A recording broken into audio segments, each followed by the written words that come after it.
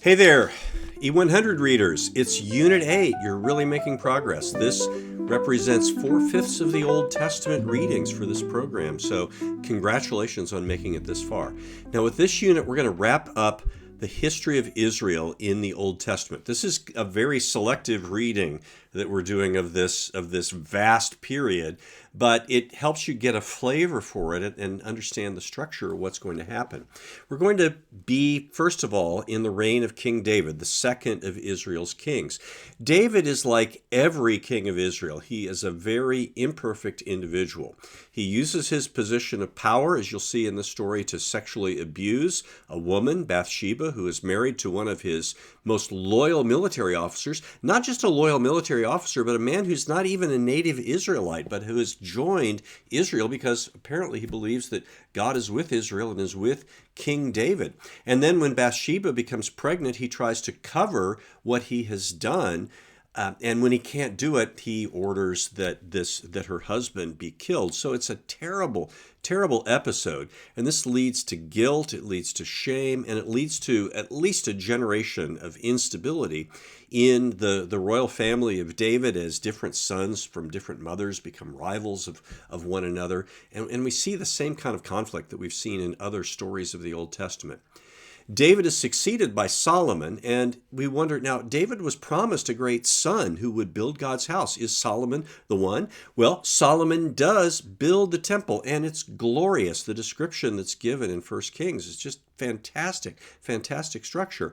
But then Solomon himself forsakes God, and as a result, the kingdom is divided. And so we realize, no, he's not the one. He is not the promised great son of David. We're still looking for that individual.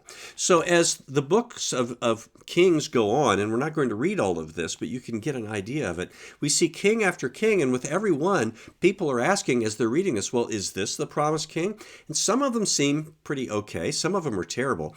As the kingdom is divided into north and south, every king in the northern part, which is known mostly as Israel in the Old Testament, every one of them is an idolater.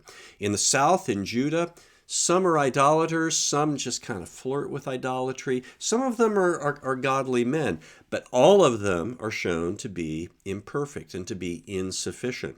And so the story is going to go through generations, and we realize we're still looking for the great son of David.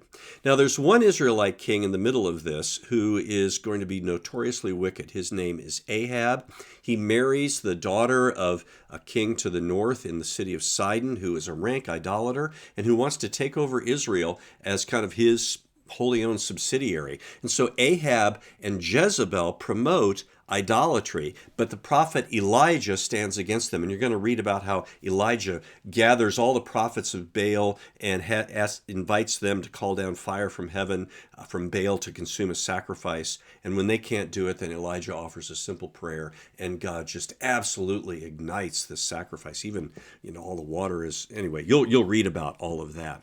Now, the story of Israel's monarchy ends in Israel when God does what he says he was going to do in Deuteronomy. If you don't obey my covenant, God says, I will take you out of the land which I gave you. I'll take you back into a foreign country where you'll be captive as you were in Egypt. If you're not going to follow my covenant, I'll just take you back to where you came from, so to speak.